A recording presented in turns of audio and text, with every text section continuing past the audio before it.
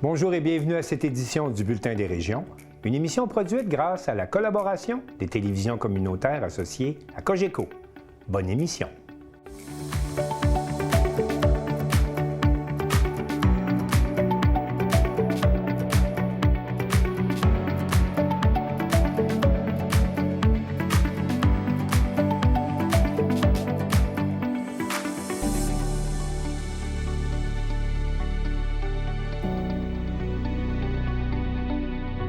Au sommaire pour vous cette semaine, à Montjoly, après 10 ans d'absence, la formation professionnelle de charpenterie-menuiserie est de retour. À L'Anse-au-Sac, la présence du bar rayé dans les eaux du Saint-Laurent soulève bien des questions. À Amqui, des castors squattent le parc municipal Théodore Gagné. À Sainte-Marguerite-du-Lac-Masson, la maison La Rencontre est depuis 1993 un lieu d'entraide, de soutien et de partage. À Saint-Raymond, c'est le Grand Bal 2026 de la Fondation Santé Portneuf. À Saint-Pacôme, le pianiste André Gagnon reçoit un hommage posthume de son village natal. À Saint-Gabriel, on souligne la 105e édition de l'émission Bon matin la Naudière, diffusée sur les ondes de CTB-TV. À Chandler, les amateurs de vélo de montagne ont maintenant des sentiers bien balisés. Pour commencer cette émission, parlons de la sécurité des enfants dans les zones scolaires, alors que la Sûreté du Québec, en collaboration avec la Société de l'assurance automobile, lance une grande campagne de sensibilisation. Daniel Yvon, de CTRB, en discute avec la porte-parole de la Sûreté du Québec. On travaille en collaboration avec la SAAQ.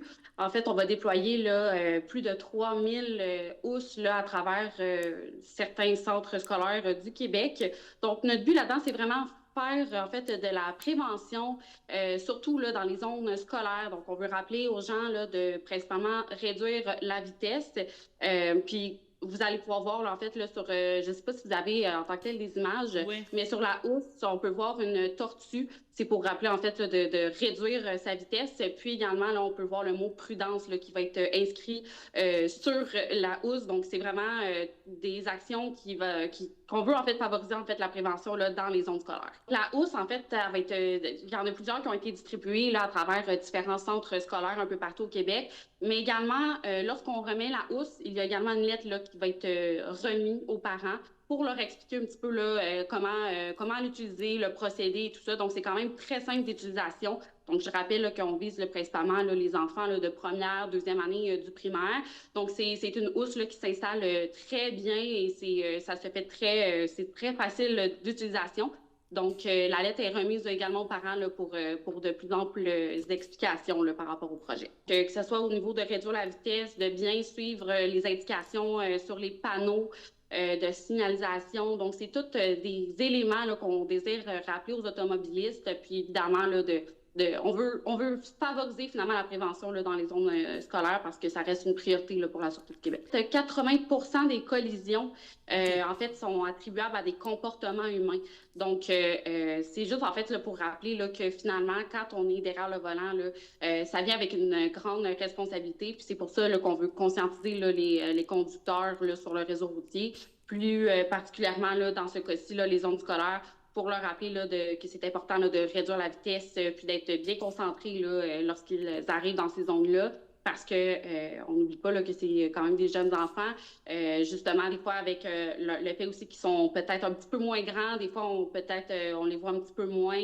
Ou à ce moment-là aussi, le fait là, qu'ils sont un peu moins expérimentés là, sur le réseau routier. C'est pour ça là, qu'on concentre beaucoup nos énergies là, avec cette clientèle-là. C'est un tout nouveau projet là, qu'on a lancé avec la SAAQ. Donc là, on va arriver bientôt là, au courant du mois prochain à la fin de la première phase. Il va y avoir une deuxième phase là, qui va se faire là, à la rentrée scolaire 2026. Donc, voilà, donc on va distribuer là, différentes housses à différentes commissions scolaires, établissements scolaires pour faire de la prévention et tout ça.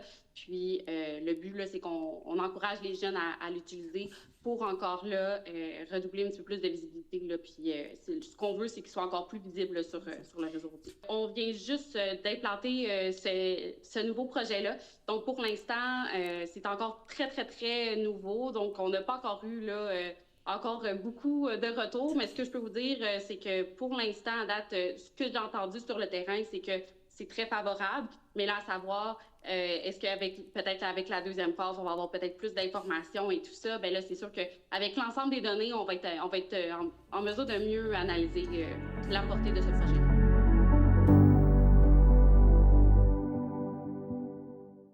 Bonne nouvelle pour la région de la Métis, la formation professionnelle de charpenterie-menuiserie est de retour après 10 ans d'absence afin de combler la pénurie de main-d'œuvre. On écoute le reportage de Marc Després de la télévision de la Métis. Alors, très bonne nouvelle aujourd'hui pour le Centre de services scolaires et pour le CFP. Donc, une belle cohorte. Bon, ça a commencé par un AEP et maintenant, c'est devenu un DEP. Là.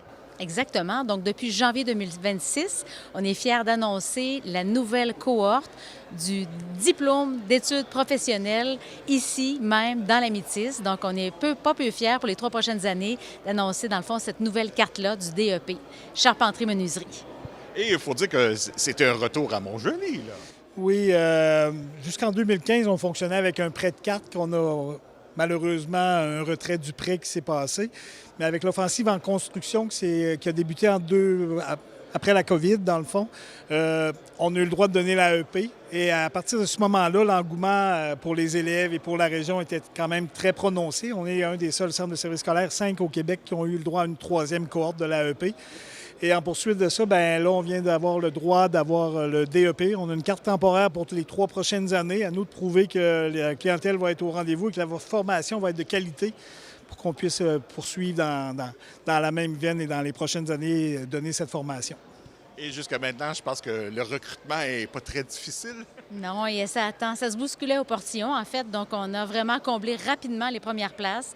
On a d'ailleurs une liste d'attente d'élèves qui sont en attente de la prochaine cohorte qui va démarrer dès l'automne. Et probablement qu'on serait capable de démarrer une cohorte dès le début de l'année 2027. Donc, c'est à suivre. Donc, on se permet de passer le message à la population. Il y aura des places à venir. Donc, plus d'un groupe à la fois, donc en rotation pour cette formation-là. Et ce qui est intéressant aussi, c'est qu'on parle d'un taux de placement d'au moins 80 % jusqu'à maintenant. Et plus. Effectivement, dans nos AEP, il y a eu beaucoup de presse négative sur les élèves qui ont suivi le cours d'AEP, qui allaient là avec payés par le gouvernement et tout ça, puis qui n'avaient pas l'intention de travailler dans le domaine. Nous, dans les AEP, notre taux de placement frise le 90 %. Donc, on est très fiers de ce taux de placement-là parce que, dans le fond, les gens qui ont suivi le cours, ils voulaient travailler et il y avait de l'emploi pour qu'ils travaillent également. Donc, on a un besoin de main-d'œuvre qualifiée dans ce domaine-là. Notre vocation est de former de la main-d'œuvre qualifiée. Donc, on va essayer de répondre aux besoins de la population dans ce moment, dans cette partie-là. Et aussi, bien, ce qui est intéressant, les gens vont le remarquer. Donc, maintenant, on ne parle plus d'emploi strictement pour les garçons. Là. C'est des garçons et des filles qui trouvent sa place. Et ce qui est intéressant de noter, c'est que depuis l'AEP, il y a toujours eu des filles qui se sont inscrites. Et encore aujourd'hui, vous pouvez constater qu'il y a des filles inscrites. Donc, c'est un mélange de garçons et de filles inscrites, dans le fond, à ce DEP charpenterie-menuiserie. Donc, on est très fiers de ça. Donc, l'objectif principal, c'est de répondre à la demande parce que présentement, il y en a de la demande. Le marché du travail cognait à nos portes en disant « nous avons besoin de main-d'œuvre locale ». Donc, on faisait le pari qu'on était capable d'offrir cette formation-là avec de la main-d'œuvre des étudiants, des élèves issus de notre région. Et c'est plus de 85 % de nos élèves qui viennent de notre territoire. Donc, on est très, très satisfait de pouvoir annoncer qu'effectivement, on répond à un besoin avec de la main-d'œuvre d'ici, qualifiée dans le futur, d'ici 2 ans, pour répondre aux besoins du marché du travail. Et ce qui est intéressant aussi, c'est qu'on ne fait pas des trop gros groupes. Là. C'est toujours aux environs d'une vingtaine. C'est ça. Le maximum toléré, le maximum qu'on accepte, c'est 22 élèves par cohorte. Donc, ça permet des échanges avec l'enseignant, un suivi serré, un encadrement pour leur aider à évoluer. Ce qui est plaisant ici, c'est qu'on a quand même un grand espace pour leur permettre de travailler, de développer leurs compétences. Nos enseignants les suivent de très proche. Donc, on sort d'ici, en tout cas, le taux de placement et de satisfaction des employeurs, ça veut tout dire. Je pense qu'on donne une formation de qualité, puis c'est intéressant. Parce que c'est ça, il faut dire que le fait que Bois BSL nous a quittés, les espaces sont maintenant disponibles. Donc là, c'est un argument incroyable. Bien oui, et merci, un gros merci au groupement forestier Métis-Négette de leur collaboration parce qu'on a une très belle collaboration qui nous permet d'avoir des locaux plus grands et aménagés. Donc, c'est un peu un partenariat win-win. Là. C'est un gagnant-gagnant parce que pour eux également, c'est beaucoup de locaux à occuper. Donc, je pense qu'on peut rien que leur dire merci de nous aider. Et on ne se le cachera pas, ici à Montjoly, on a toujours eu une excellente réputation au niveau de l'enseignement. Donc ça aussi, sans aucun doute que ça a penché un peu dans la balance. Je soulignais le travail de qualité des 3 enseignants qui sont ici ce matin. Donc, ça fait toute la différence de la manière dont ils s'y prennent avec les élèves, autant sur le contenu que sur la qualité de la relation. Donc, c'est un levier essentiel pour la réussite de nos élèves. Donc, ça aussi, c'est une tradition qui se poursuit chez nous au CFP, ici, dans la Métis. Et là, bon, on parle de 2 futures cohortes, une en septembre, l'autre dans le coin du mois de janvier. Est-ce que les gens peuvent déjà s'inscrire? Donc, ça, je vais laisser plus technique au niveau Jean-Pierre. La réponse, c'est oui, mais lui vous donner les détails. Dans le fond, on peut aller sur le site jesuipro.com qui va nous guider vers le site d'inscription. On sait que la cohorte de septembre est déjà pleine. Il y a 22 élèves, il y a des gens en liste d'attente, mais on peut déjà signifier un intérêt pour janvier et plus. Là. On est en train de finaliser, il faut adapter la grandeur des locaux, il faut voir si on peut agrandir un petit peu pour voir, mais au plus tard, début avril, la troisième cohorte, dans le fond, pourrait débuter. Mais on travaille très fort présentement pour s'ajuster pour que ça soit dès janvier, pour qu'on puisse rouler et rapidement donner l'occasion aux gens de terminer leur diplôme le printemps suivant. C'est une formation qui dure environ 1 an et demi, 1 an 3 quarts, donc pour leur donner l'accès au marché du travail dès le... Été 2027. 28. Ah, il rentre... Oui, été 2028. Été 2028. Oui. Celle-ci, c'est pour l'été 2027. Donc, la prochaine de l'hiver 2027, ce serait pour l'été 2028. Et à ce moment-là, bon, on dit bon, là, on a eu une acceptation pour 3 ans, mais là, on est positif pour le futur aussi. Bien, on va démontrer, comme Jean-Pierre le mentionnait tout à l'heure, par la qualité de nos services, par notre taux de diplomation et notre taux de rétention de nos élèves aussi. C'est bien beau de les diplômer, mais il faut s'assurer qu'on diplôme un haut taux d'élèves qui se sont inscrits. Donc, on a réussi à le démontrer pour l'AEP. Maintenant, à notre tour de démontrer qu'on le fera avec le DEP maintenant. Donc, on est très optimiste. On est très confiants. Bien, merci à vous deux. Merci. Merci beaucoup. Merci à vous.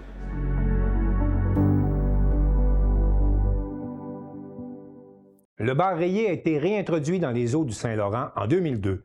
Et si à l'époque, cette espèce était en voie de disparition, on se demande maintenant s'il y a trop de bars rayés dans le fleuve. Un reportage de Félix Chouinard de TVCO. Le bar rayé. Ça fait longtemps que les pêcheurs de Charlevoix nous en parlent. Entre extinction et surpopulation, c'est difficile de savoir ce qui se passe avec cette population de poissons.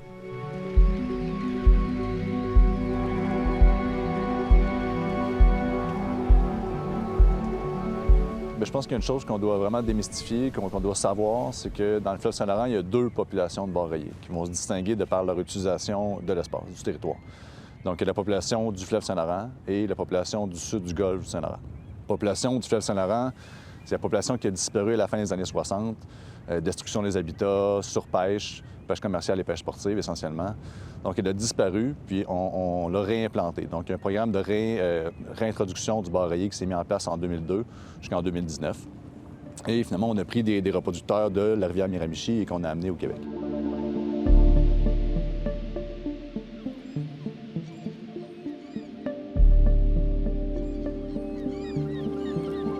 Là, on est encore en train d'évaluer le tout, mais on considère qu'elle a repris l'ensemble de sa répartition historique. Donc, pour ça, on est quand même assez confiant que le rétablissement est quand même en très bonne voie. Là.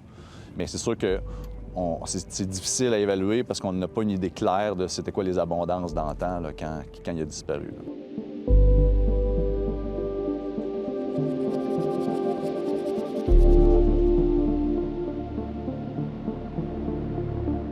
En 2017, là, il y a eu presque une invasion, on va dire ça en parenthèse, mais la population de bar rayés de la Miramichi avait atteint autour de 750 000, 800 000 bar rayés évalués.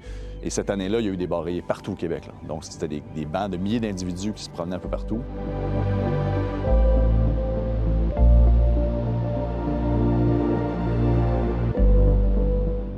Donc, cette population-là va très bien et très abondante.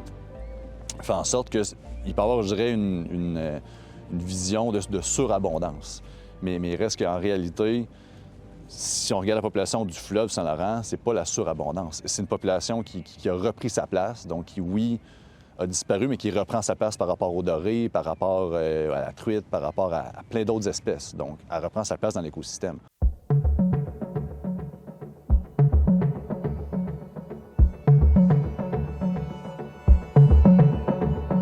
comme elle avait disparu, bien, les gens ont l'impression qu'elle tasse les autres puis que c'est pas sa place, mais c'est sa place dans l'écosystème. Donc, la surabondance, je pense que c'est des gens, entre autres, qui sont frustrés parce qu'ils ne peuvent pas le pêcher. Donc, en ce moment, comme ils lancent une ligne à l'eau puis ils attrapent du bar rayé puis ils ne peuvent pas le conserver, je pense qu'il y a une certaine frustration qui est compréhensible. Mais ultimement, je pense qu'on n'est pas dans une surabondance du bar rayé du fleuve Saint-Laurent.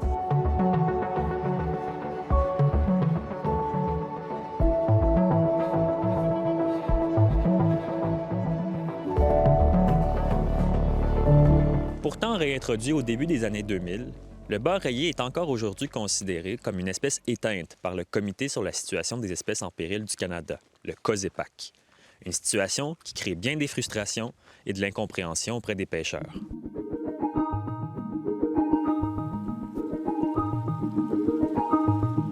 Quand j'ai repris la pêche en 2019, là, ce qu'on entendait, les pêcheurs, ici, ça fait longtemps, mon père, mes oncles et tout ça, c'est comme encore du bar rayé, encore du bar rayé. À chaque jour, c'était que du bar rayé, de plus en plus, à chaque jour, pas juste pendant un mois, étendu sur l'année. Puis là, tout le monde est comme, bien voyons, tu sais, il y en a donc bien, il s'étend, il y en a plus qu'avant. Fait que, plus qu'avant, peut-être pas en nombre, mais plus étendu, du moins. Mais l'an passé, on a eu une marée qui avait plus que 1000 bar rayés, si on n'avait jamais vu ça là, avant l'année passée.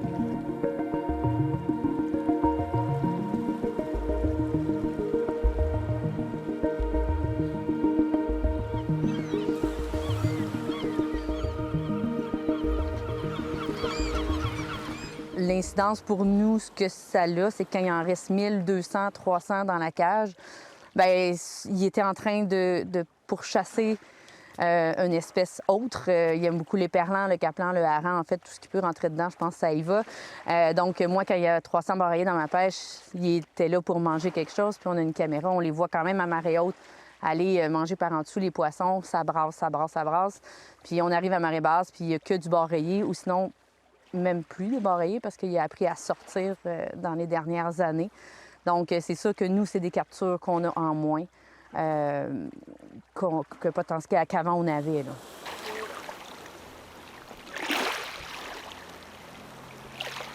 À la base, là, moi, je pense que c'était un super beau projet qui a bien réussi. En plus, c'est un bel accomplissement qui a été fait par la réintroduction. Oui, la réintroduction par le ministère puis Fédération des chasseurs-pêcheurs du Québec, avec un objectif d'ouvrir une pêche sportive lucrative éventuellement. Si tout s'était passé selon, je pense, leurs projections, il y aurait probablement une pêche sportive d'ouverte là, présentement. Les pêcheurs, tout comme le ministère de l'Environnement du Québec, se retrouvent dans un gel administratif en attente d'une mise à jour du statut du bar rayé qui ne vient pas. Ce qui se passe, c'est que quand une espèce est désignée comme en péril, donc soit en voie de disparition ou menacée, par exemple, bien là, c'est une loi fédérale, la loi sur les espèces en péril, qui a préséance, donc qui va interdire toute forme d'exploitation pour le bar rayé du fleuve Saint-Laurent, par exemple.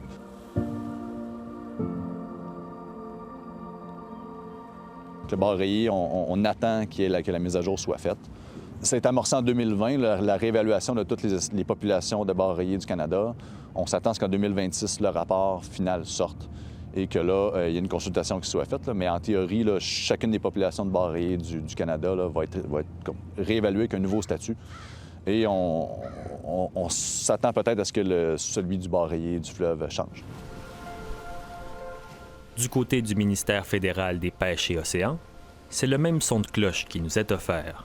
Dans une communication officielle, on nous dit « Pêche et Océans Canada entend les différentes demandes concernant la pêche au bar rayé du Saint-Laurent et reconnaît que la situation de la population s'est améliorée et que son statut doit être réévalué. Les protections en vigueur semblent porter fruit. Toutefois, aucune donnée ne permet d'affirmer que la population est surabondante. Tant que le MPO n'aura pas reçu la recommandation du COSEPAC et tant que le processus réglementaire pour modifier le statut légal du bar rayé du fleuve Saint-Laurent ne sera pas complété, la population de bar rayé du fleuve Saint-Laurent continuera d'être protégée sous le statut en voie de disparition en vertu de la LEP. Pour évaluer un nombre d'individus pour une population, il faut souvent avoir un système de capture, marquage de capture qu'on appelle. Dans la Miramichi, c'est un de leurs intrants en termes de données, c'est-à-dire qu'il y a des pêcheurs de Gaspereau qui ont des pêches un peu comme les pêches à fascine là, qu'on voit dans Charlevoix. Donc, c'est des pêches d'interception. Les bar rayés vont se faire capturer par ces pêcheurs-là. Puis ils vont marquer et recapturer ces individus-là. Ça va leur permettre de pouvoir évaluer le nombre de bar rayés là, qui sont dans le système. Pour le Québec, on a amorcé une évaluation du nombre d'individus, mais c'est excessivement compliqué. Le CMR n'a pas fonctionné. Là, on se base sur d'autres indices là, pour avoir une idée du nombre d'individus. On a essayé de mettre en place une façon d'évaluer la population, mais on ne pense pas être capable un jour de mettre un chiffre précisément. Ce qu'on veut, c'est avoir des indicateurs, des indices qui vont nous permettre de suivre l'évolution ou la pression, par exemple, si on ouvre la pêche sportive pour le bar rayé, bien, de voir c'est quoi la pression là, qui se fait sur la population du fleuve.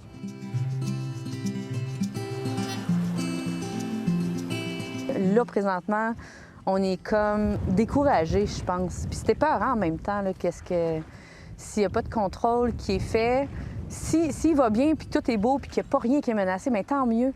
Mais on dirait qu'on n'a pas, là, la réponse. Puis pendant qu'on réfléchit, pendant des années, bien, lui, il se multiplie, là. Fait que c'est ça qui était peurant. C'est triste qu'on en arrive à un blocage comme ça. Puis en plus, c'est qu'il n'y a pas de... On n'entend pas qu'est-ce qui s'en vient. Là, on attend COSEPAC. Pêche Océan Canada qui attend COSEPAC. Mais là, c'est silence radio depuis un bon bout de temps. Là. Fait que ça, c'est triste.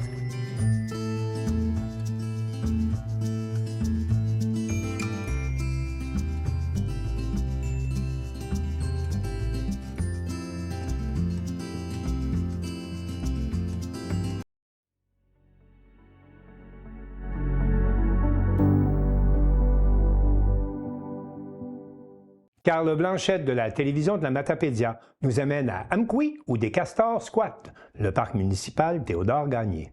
Valérie, on est ici au parc Théodore-Gagné, donc au sentier du ruisseau Pearson, parce qu'il y a des visiteurs, en fait, dans... Ah oui? Oui, c'est pas les petits bonhommes verts, non. Donc, tout porte à croire qu'il y a des castors. Donc, j'ai fait appel à toi pour qu'on aille faire la découverte de ça. Ouais. Mais avant de commencer, des castors près de la ville comme ça, aussi dans un parc de la ville, est-ce qu'on peut considérer ça comme nuisible? Bien, en fait, les castors... ils peuvent avoir un impact négatif sur des infrastructures, des sentiers. Puis, tu sais, ça peut éventuellement avoir aussi des dangers pour la sécurité civile aussi des gens, mettons. Okay.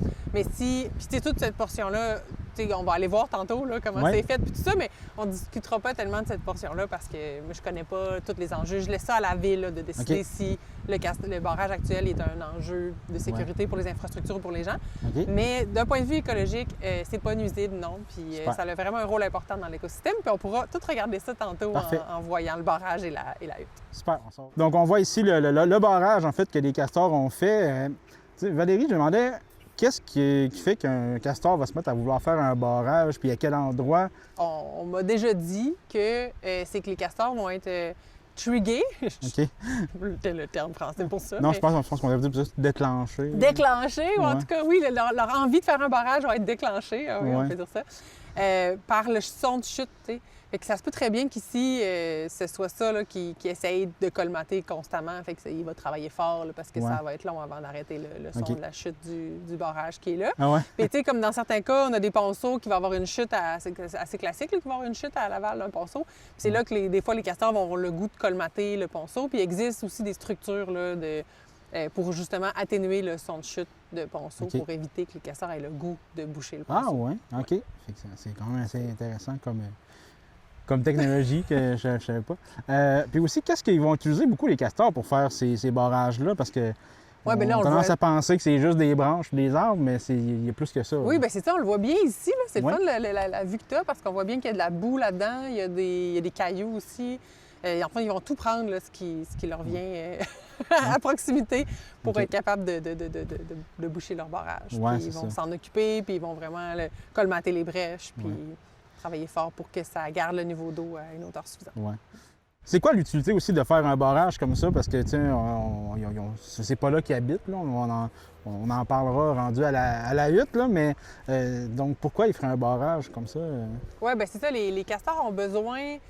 en fait, ils vont se construire une hutte, puis c'est l'entrée de la hutte qu'ils veulent protéger des prédateurs, puis ils veulent que l'entrée de la hutte soit sous l'eau. C'est pour ça qu'ils ont besoin d'avoir une certaine hauteur d'eau, premièrement, pour protéger l'entrée de leur hutte, puis aussi pour avoir accès plus facilement à leur nourriture puis à leurs matériaux, donc, qui est le bois. Comme c'est des animaux semi-aquatiques, ils ne sont pas très habiles sur terre, là, ils vont être vraiment plus rapides dans l'eau pour se cacher, tout ça, donc ils préfèrent vraiment être dans l'eau. Fait qu'en inondant comme ça une plus grande section de forêt, bien, ils vont avoir accès à beaucoup plus d'arbres plus facilement. Puis, donc, le barrage a cette utilité-là. Puis, ils n'ont pas nécessairement besoin d'un barrage. Donc, des fois, on voit des huttes en bordure de cours d'eau qui sont plus gros, avec une plus grande profondeur. Dans ce cas-là, bien, ils vont construire leur hutte, puis ils ont déjà leur entrée qui est protégée, puis ils vont avoir accès suffisamment à du bois dans les talus de ces rivières-là ou de ces lacs-là.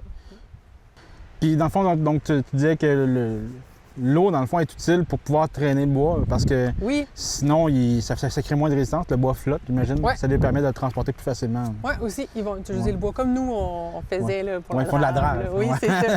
Les autres aussi utilisent la flottabilité du bois là, pour le transporter plus facilement. OK. Puis là, ici, Valérie, on est en face... disons, du condo, de la maison, je sais pas comment on peut appeler ça, leur hutte, dans le fond. La hutte de castor. La hutte de castor. C'est quand même une bonne grosseur là-dedans. Y ont-tu plusieurs pièces? Y a-tu plusieurs chambres à coucher? Un salon aménagé, un sous-sol. Non, bien, là, je suis pas une super pro des castors, mais... C'est sûr, je pense qu'ils ont juste une pièce, là. Je suis pas mal certaine de ça. Une grande chambre. Puis, sauf qu'ils peuvent quand même avoir de 3 à 5 bébés par portée. Fait que, ils peuvent être quand même pas mal, considérant les 2 adultes, les 3 à 5 bébés qui vont quand même devenir assez grands. Ouais, c'est gros. Puis, à un moment donné, éventuellement, là, je sais pas exactement quand, à quel âge, là, mais à un moment donné, les parents vont les mettre dehors du terrier, de la tanière, en fait. C'est pas vraiment un terrier, c'est plus la hutte. La hutte, oui. En dehors de la hutte. Parce que c'est quand même des animaux territoriaux, là. Fait que, ils vont devoir aller se trouver un autre endroit à eux pour fonder leur propre famille puis avoir leur propre hutte. Ben oui, ça. Fait qu'ils peuvent, ils vont avoir tendance à aller s'établir en amont de la même rivière, généralement? Des fois, oui. Amont, aval. Ils peuvent aussi changer carrément de secteur. Là.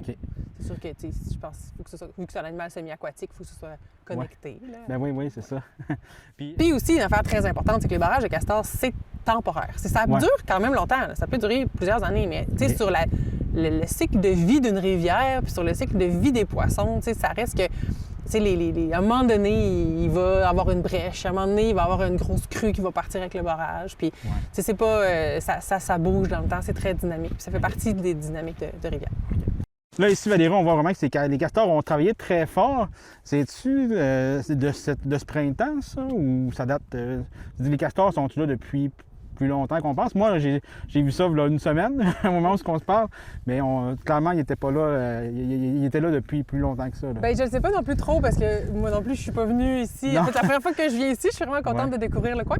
Mais on voit quand même que ces arbres-là, ils ont déjà des rejets de l'année passée, là, de bien pousser. Fait que ça fait au moins 1 an. Puis on voit quand même qu'il y a plusieurs traces de castors qui sont vieillies par le temps. Donc, l'activité de castor, ça fait un moment qu'il y en a ici. Là. Okay, c'est certain. Puis, j'ai juste un petit mythe comme ça. Est-ce que les castors se nourrissent de bois? Oui. Oui, pour vrai? OK. Oui. C'est pas juste pour faire leur abri. Ils mangent du bois. Oui. Puis, tu sais, je connais pas assez bien la biologie de castor, mettons, pour dire quel type de bois ils vont manger, puis d'autres qui vont utiliser peut-être plus comme structure. Mais ils ont vraiment comme un système digestif qui est fait pour le bois. Puis j'ai eu l'occasion une fois dans ma vie de voir ça. Puis c'est vraiment... leur estomac est rempli de rips de bois. OK, ah ouais? En particulier. Puis on voit aussi où leur beau chemin on suit comme les grains de bois. Mais c'est ça. C'est comme les graines de pain. Là, mais... c'est ça. Puis on voit que... Ils n'ont pas l'air d'être allés bien plus haut non plus. C'est possible, ils peuvent se déplacer, mais c'est des animaux qui sont semi-aquatiques.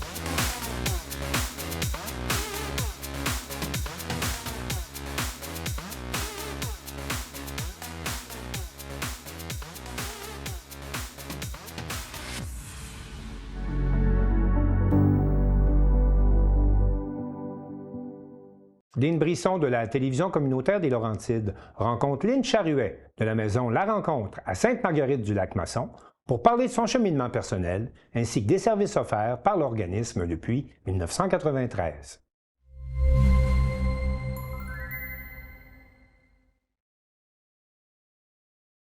Bonjour, Madame Lynne Charuet, la coordonnatrice de la fameuse maison La Rencontre de Sainte-Marguerite-du-Lac-Masson. Merci de nous accueillir. Bien, merci à vous d'être là. Madame Charuet, j'aimerais ça vous demander comment vous vous êtes retrouvée ici. Vous êtes qui, vous, Madame Charuet? Je suis une maman de deux beaux garçons. C'est ça, j'ai travaillé 30 ans au centre-ville de Montréal. J'habitais en banlieue, à Repentigny. Et puis, j'ai dit non, c'est fini. Et puis, j'ai décidé de tout vendre là-bas, puis de m'en venir ici, dans les Laurentides. Et puis, c'est ça, je cherchais un emploi, je prenais le temps de trouver, puis là, la vie m'a amenée ici. Donc, j'ai toujours été au service, moi. J'ai jamais travaillé dans la vente ou dans le... C'est ça, c'est toujours au service du monde. Donc... C'est dans le domaine communautaire avant ou à l'hôpital? Syndicat, OK. Syndicat des professeurs. Oui. Ah, vous étiez dans le syndicat des professeurs. Fait que vous, cette fibre-là de vouloir aider, dans le fond, ça a commencé quand? Au secondaire? Vous étiez dans les comités? Je pense. Toute ma vie, oui. Oui, ça fait partie de moi, là. C'est ma passion, moi, aider les gens, j'adore. Donc... Puis je pense que je le fais bien. C'est quoi votre plus vieux souvenir que vous avez d'aider quelqu'un quand vous étiez plus jeune? D'aider quelqu'un quand j'étais plus jeune. Ben, c'est ça. Mon père s'est ramassé à l'urgence, à la Cité de la Santé pour le cœur. Puis il y a une famille qui est arrivée, la mère avec ses 2 enfants, un gros accident d'auto, puis elle était pas à côté de lui, puis elle voulait se lever, elle pouvait pas parce qu'elle était blessée. Puis là, je faisais le relais entre la maman et le fils pour lui dire « Non, inquiète-toi pas, ton fils va bien. » Puis c'est ça. J'ai fait ça naturel. Oui. Puis après ça, vous avez travaillé tout de suite dans le domaine syndical ou? Non, j'ai travaillé à la Bourse avant. J'étais représentante à valeur mobilière. J'ai fait ça pendant 6 ans. Et puis, c'est un milieu particulier dans le temps, là. Les femmes, c'était pas très bien vu. Là. Je voulais avoir avoir une famille. C'était pas l'idéal, là, avec ce milieu-là. Donc, c'est là que j'ai bifurqué, puis la vie m'a envoyé au syndicat des professeurs. J'ai travaillé 20 ans là, au syndicat des professeurs. Wow, quand même. Vous avez ensuite déménagé ici. Vous avez tout vendu. Ah ouais, on s'en va en campagne. Oui, parce que le père de mes garçons avait un condo à Plimont qui était libre. Puis là, mes enfants ont dit, regarde, maman, elle va passer l'été là, essaie de voir qu'est-ce que tu as le goût de faire. Puis, c'est ça. Depuis 2014, je suis dans les Laurentides, à la merci des Pays d'en haut. Ah, félicitations. Et là, l'aventure de la maison, la rencontre débute à un moment donné. Qu'est-ce qui vous a amené ici? Là? Comment que vous vous retrouvez ici? Et pourquoi vous avez choisi? C'est comme si vous aviez choisi de venir ici, vous. Bien, j'avais le choix entre deux. Il y avait les entreprises Boyer et Fils, là, à Piémont, puis ici. Puis, là, c'est ça, j'ai rencontré, j'ai fait mon embauche et l'entrevue d'embauche. Puis là, j'ai dit, j'essaie ça, tu sais, puis... c'est ça, là, c'est ma passion, là, mon travail. Ben oui, ça fait partie de moi, là. La rencontre, elle fait partie de moi, oui. Ben il faut être des femmes de cœur pour travailler dans le communautaire, là.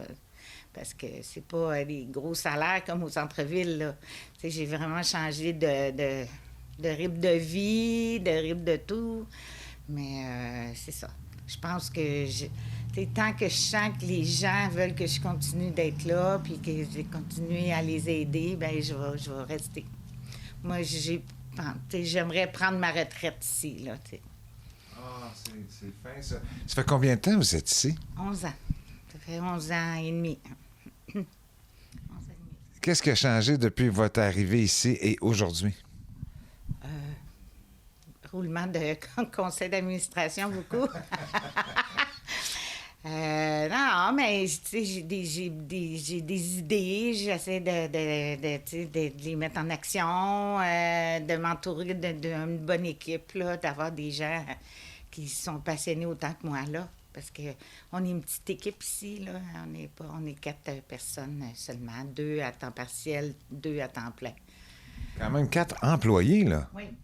Et vous, là, quand vous êtes arrivé ici, vous étiez tout seul ou il y avait déjà une équipe? Des bénévoles. Ah, c'était tous des bénévoles. Tous des bénévoles, excepté moi. OK. J'étais la seule employée salariée. Fait que ça l'a grossi, hein, en quelque sorte. Ben oui, on va chercher des subventions. Oui, il faut, c'est ça, c'est toujours à la recherche de financement, tout le temps. Tout le temps. Si on a des idées pour grossir, ben il faut qu'on aille chercher, c'est ça, du financement, parce que c'est ça, le gouvernement, nous, on relève du ministère Santé et Services sociaux, donc de Santé Québec. Et puis, ben, ils n'injectent pas beaucoup d'argent dans les organismes communautaires, là. Puis maintenant, là, tu sais, on n'a pas beaucoup de rehaussement. On est toujours plafonné au même montant depuis 10 ans. Oh, quand même, depuis 10 ans. Alors là, vous m'amenez sur la piste financement.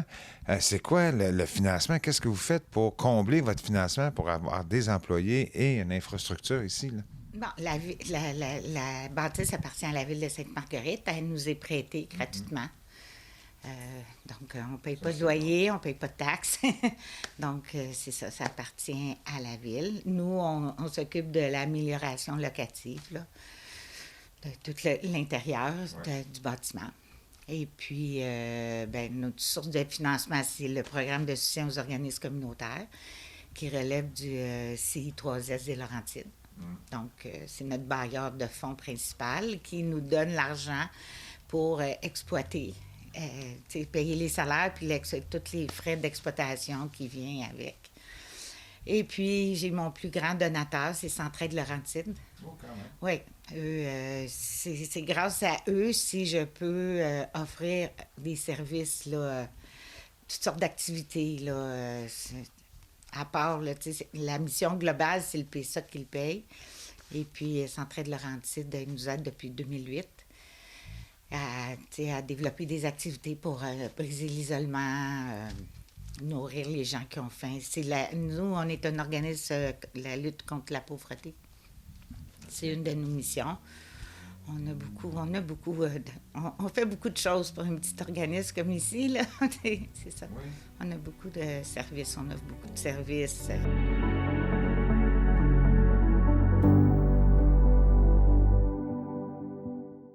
Une somme de 375 000 a été amassée lors du Grand Bal 2026 de la Fondation Santé Portneuf et Papa Moussa Camara de CJSR nous explique que cette somme servira à développer un nouveau service d'hébergement pour les adolescents.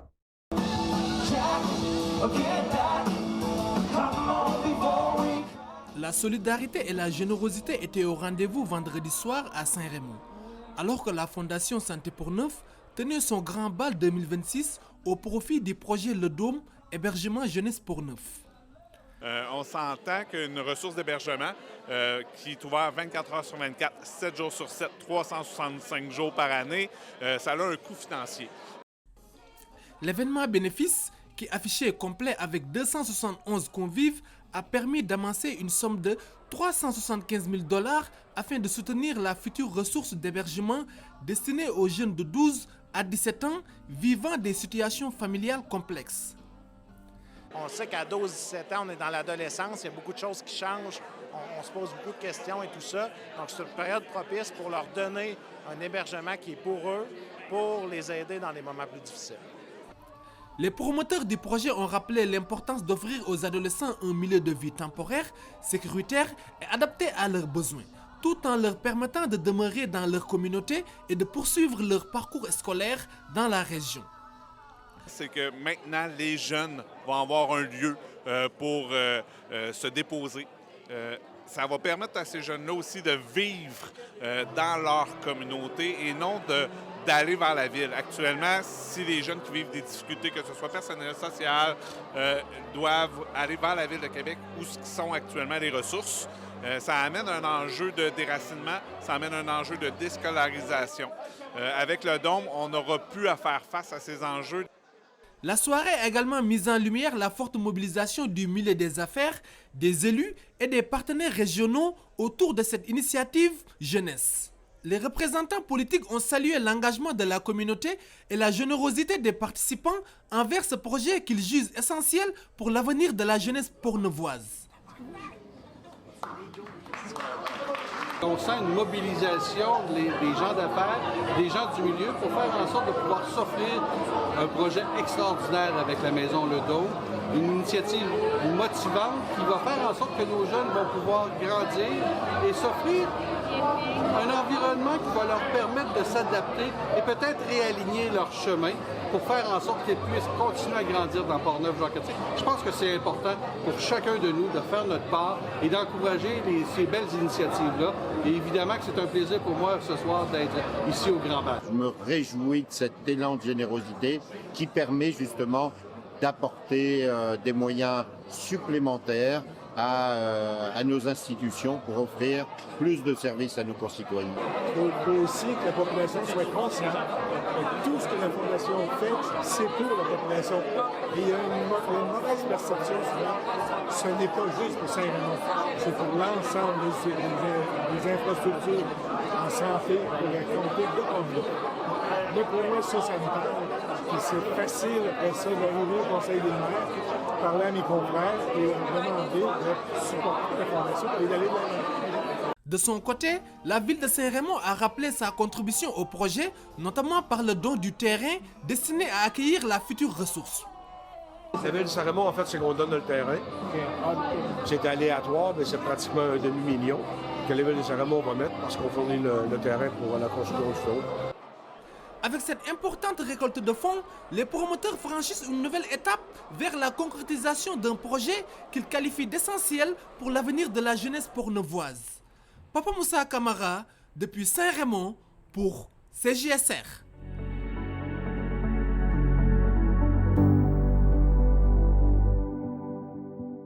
Le circuit du fil rouge à Saint-Pacôme compte maintenant une 20e station avec le dévoilement d'un hommage posthume au pianiste André Gagnon, originaire de cette municipalité du Bas-Saint-Laurent. Un reportage de Gérald de Beaulieu de CEMA TV. C'est en après-midi, le vendredi 22 mai, qu'a eu lieu au cœur de son village natal le dévoilement du panneau hommage à André Gagnon, pianiste et compositeur de renommée internationale. La nouvelle station, la 20e du circuit fil rouge à Saint-Pacôme, vient aujourd'hui enrichir le parcours des 53 emplacements au Kamouraska qui met en valeur les figures, les repères et les traces historiques qui composent l'identité des lieux.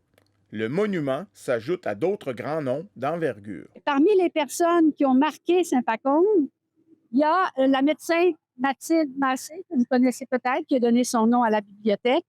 Il y a Jack Kerouac, qui est bien installé devant la bibliothèque maintenant. Il y a aussi René Lévesque, qui a inscrit d'une certaine manière son parcours dans celui de Saint-Pacôme. Et en droite ligne, il y a André Gagnon. En fait, ce qu'on voulait, c'était rappeler qu'avant Tokyo, Hong Kong, Séoul, Saint-Pacôme avait existé, avait été très important dans son histoire de vie, sa famille, l'église, l'orgue, les cloches.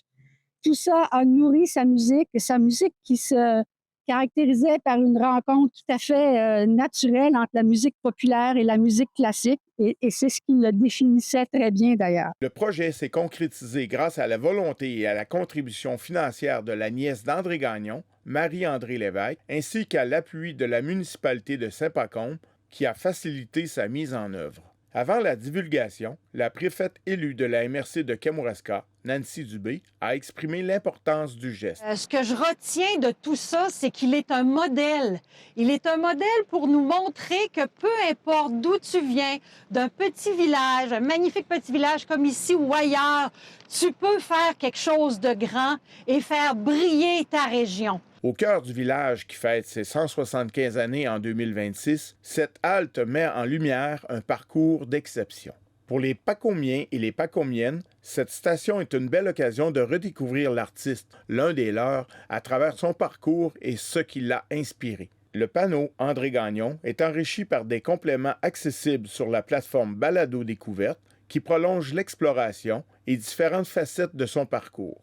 À travers ses compositions s'expriment la lumière, les paysages et les rythmes de son coin de pays en résonance avec l'environnement qui l'a façonné. De son berceau jusqu'aux grandes scènes internationales, sa signature musicale est ancrée dans ses origines et connue de partout dans le monde. Réunis à l'auberge comme au premier jour, dont le nom provient d'une pièce musicale du pianiste et compositeur, parents, amis et admirateurs ont pu écouter quelques œuvres de l'artiste, interprétées par Alex Legault, dont une qui n'a jamais été endisquée, Au bois de bouleau.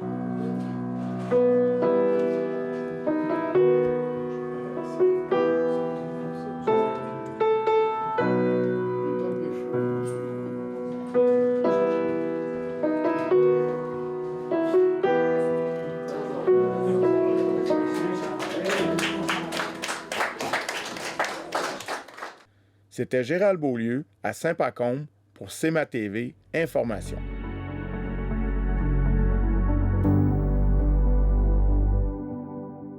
Denis Bérubé de CTB-TV anime depuis 1 an, en direct, l'émission Bon matin Lanaudière.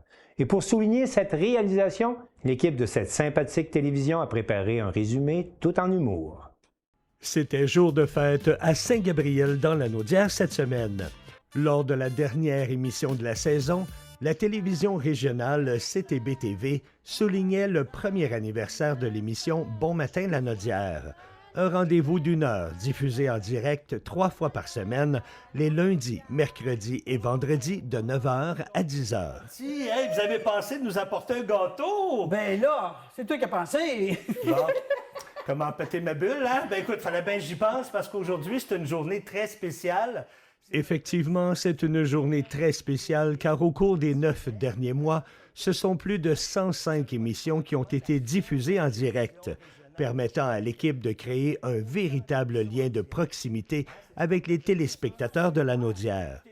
Avec un tel volume de production, CTB-TV figure probablement parmi les télévisions régionales du Québec les plus actives en matière de diffusion en direct au cours d'une année. 3, 2... Michael! Ça me fait plaisir, Danny. Oh, hey, ça, c'est notre petite clown, hein? Cette émission de service propose un tour d'horizon de l'actualité régionale et nationale.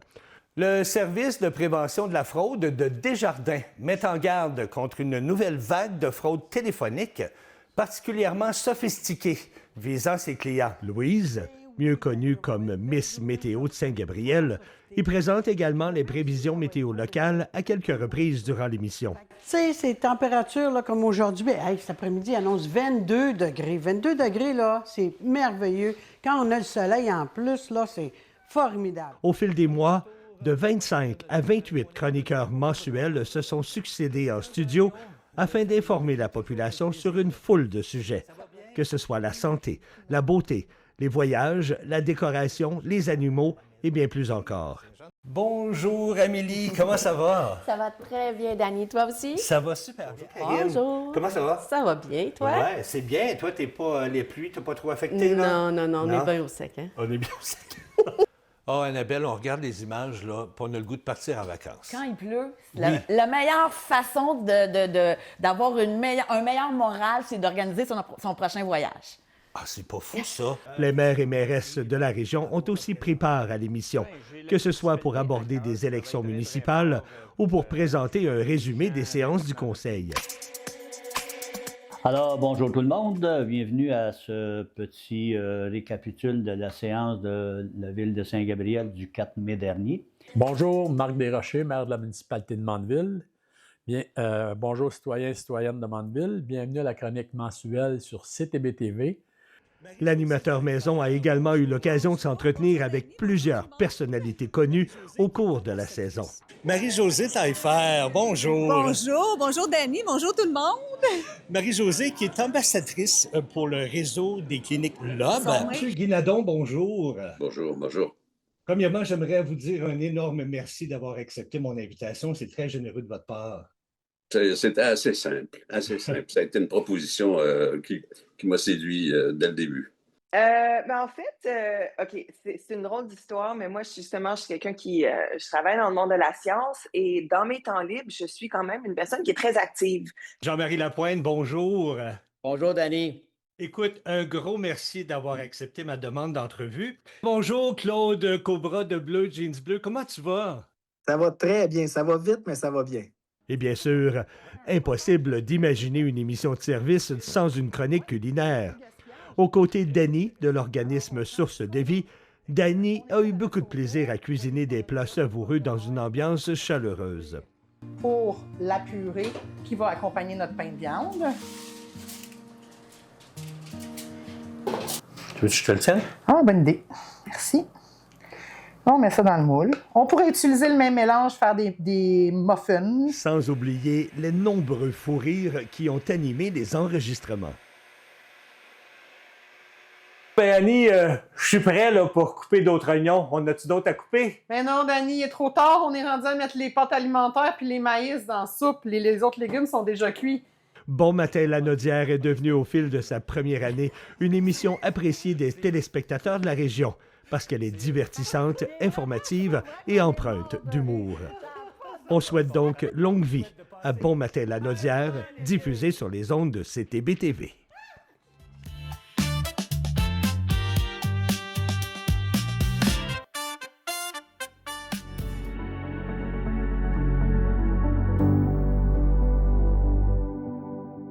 Simon Thériault de Télévague nous explique comment s'est développé le réseau de sentiers de vélo PABOC, qui accueille maintenant petits et grands amateurs de vélos de montagne. Les amateurs de vélos de montagne sont de plus en plus nombreux à découvrir les sentiers Vélo PABOC. Pour en apprendre davantage sur l'historique du projet et les plans pour l'avenir, je me suis entretenu avec Stéphane Clavet à sa boutique de sport de Chandler. Ça a parti comment? Tu sais, avec mon club, il y a plusieurs années, je commence ma 29e saison, on roule sur les terrains de tout le monde, puis des fois, on a des parents enfants. Oui. Puis des fois, j'avais des parents qui me demandaient, parce qu'on roule le lundi puis le mercredi, dans ces années-là, on roulait le lundi et le mercredi. Puis il y a des parents qui auraient aimé aller le jeudi, mettons, ou le dimanche. Oh, oui. Mais on est tous sur du terrain, il faut que tu connais les trails. Si tu les connais pas, ils demandaient de mettre des rubans. On peut-tu mettre un ruban ici pour pouvoir s'orienter, puis tout ça? Si on commence à mettre des rubans, ça se peut que le propriétaire du terrain, il voit qu'on a mis des rubans, puis il se demande pourquoi. Oui, puis il n'aime pas ça. Ouais. Puis il n'aime pas ça, puis ça se peut qu'il nous barre là. Fait que moi, je n'en mettrais pas de ruban. On passe, on dit pas un mot, puis on passe, regarde. Là. C'est les terrains de tout le monde, mais il n'y a jamais personne qui nous a arrêtés. On a roulé dans des terrains, des pistes des 4 roues, des grands chemins forestiers, un peu à l'entour d'ici, mais après ça, tu te poses la question, tu te demandes, ça en prendrait un parc. Ça me prendrait un terrain, en fin de compte. J'ai pas de terrain. Fallait déposer un projet, puis fallait savoir comment le déposer. Moi, que ça soit sérieux. Ouais, moi, je vais te dire qu'il y a des trails, je vais te dire comment faire, mais je peux pas te monter le dossier. Là, regarde, c'est pas ma force à moi. Qui t'a aidé là-dedans? C'est Sébastien Daigneault. OK. Qui a tout monté le projet. Qui est ton vice-président présentement. Qui est rendu le vice-président de Vélo PABOC, qui a déposé le projet. On a été accepté. On a eu 80... on a dépensé 83 000 sur le projet. On a eu, je pense, 72, mais le reste, c'est Vélo PABOC puis la ville qui l'a mis. L'année dernière, on est allé chercher du financement qui a permis le développement du parc forestier Vélo PABOC, qui est derrière le camp Bellefeuille, la base plein air de Bellefeuille, avec qui on a une entente de délégation de gestion. Okay. Donc, on est sur leur terrain, mais tout a été attaché de façon à ce que tout soit fait en bonne et due forme, les assurances, tout est bien seté, comme on dit en bas français. On est allé chercher un bon financement pour développer le parc, les circuits qui s'adressent à tout type de clientèle. On a parlé de la population locale, mais aussi pour les visiteurs, les touristes éventuellement, avec un peu de publicité. Puis là, on vient tout juste de déposer une nouvelle demande de financement dans l'appel à projet tourisme plein air de la MRC Rocher-Percé. Puis, comme Stéphane l'évoquait tantôt, dans le fond, ce projet-là, c'est pour installer des facilités pour les usagers. Donc, on va avoir 1 ou 2 gazebos avec des tables de pique-nique, des poubelles là, qui sont capables de résister aux intempéries.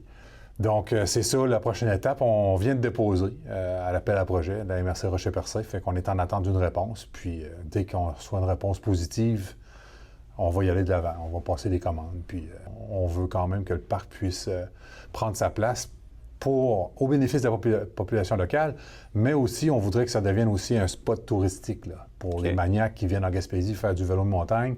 Bien, ils vont être capables de voir qu'on a une offre complémentaire au vélo de montagne, puis c'est les circuits de vélo de cross-country. Okay, comme ça va se parler, puis hey, il y a vraiment une belle place. Surtout sur l'application Trailforks, qu'on voudrait là, être capable d'apparaître sur cette application-là, qui est à peu près tous les maniaques des vélos de montagne ont cette application-là sur leur téléphone.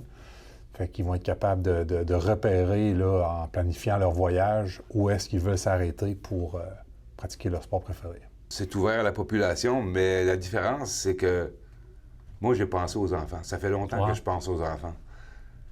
Tu feras le tour de la Gaspésie, puis tu vas voir qu'il n'y a pas vraiment de place pour les enfants, à part, je pense que c'est nous autres qui l'avons. Moi, j'ai un club de cross-country. Fait qu'on a développé un secteur de cross-country, mais aussi qui devient un peu enduro. On a du vert, qui est du débutant, on a du bleu, qui est de l'intermédiaire, puis on a un petit peu de noir. Mais, moi, je pense que du vert fait à pleine vitesse, ça peut devenir du noir. Là. Ben oui, absolument. Fait que, on a quelque chose de bien... quelque chose de bien que la population, parents-enfants, commence à prendre de l'ampleur. À l'automne, on a fini la fabrication de ça. Puis il y avait le samedi, on n'est pas encore sur Trailfork là, pour pouvoir dire à tout le monde qu'on est là. Mais il y a déjà des gens de l'extérieur qui ont... J'ai arrivé sur le dessus du plateau parce qu'on est comme sur un... On a 2 montées de chaque côté. Oui. On a une plus facile puis une plus dure pour les plus téméraires. Oui, c'est ça. Puis courant du haut, tu as toutes les descentes qui s'en vont vers le bas. Puis tu peux lapper ça facile. Fait qu'on était une trentaine en haut avec des jeunes, des enfants, des adultes. Oui, on a plein de nouvelles familles qui vont arriver là, qui vont pouvoir aller faire du vélo sécuritaire parce que c'est bien balisé, c'est bien indiqué. Il n'y a pas d'auto. Non, c'est ça. Fait que si tu frappes l'arbre, c'est pas lui qui t'a frappé, c'est toi qui as frappé l'arbre. C'est toi qui ne savais pas ce que tu faisais. Puis... Ben, il y a peut-être une perte de contrôle, mais à ce moment-là, tu apprends. Tu apprends avec tes erreurs. Oui, c'est ça. Fait que oui, on est un pied à terre. Okay. Ben, c'est super. En tout cas, félicitations pour le beau projet. Là. C'est vraiment le fun. Ça apporte de quoi pour la jeunesse aussi dans la région. Je pense qu'on veut quelque chose qui va grandir, puis on veut pas que ça s'arrête là. Bon, ben parfait, Stéphane. Je souhaite du bien beau pour la suite, là, que ça continue de grandir, de fleurir, comme on dit. Merci, Simon.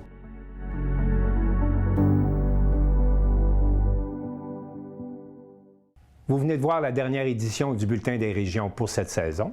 Nous serons de retour en septembre. Je tiens à remercier l'équipe technique de TVCO tout au long de la saison, toutes les télévisions communautaires qui ont participé au Bulletin des régions et bien sûr vous tous à la maison qui nous avez suivis. On se retrouve en septembre prochain.